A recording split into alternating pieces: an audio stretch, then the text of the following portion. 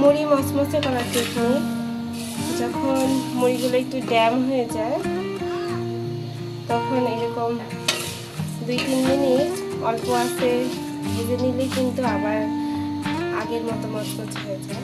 আগের মতো বলতে কি, আমার কাছে মনে হয় আরও বেশি মচমচে হয়ে যায় নর্মালের তুলনায়।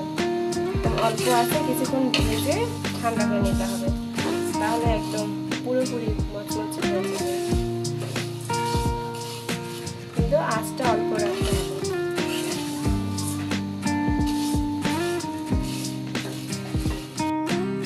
ভাজা শেষ।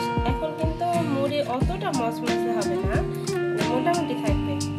বাট এগুলো যখন একদম ঠান্ডা হয়ে যাবে তখন অনেক বেশি মচমচে হয়ে যাবে। এখন মুড়িগুলো মোটামুটি ঠান্ডা হয়েছে, এবার দেখায় কত মচমচে হয়েছে। একদম গুঁড়ো গুঁড়ো হয়ে যাচ্ছে।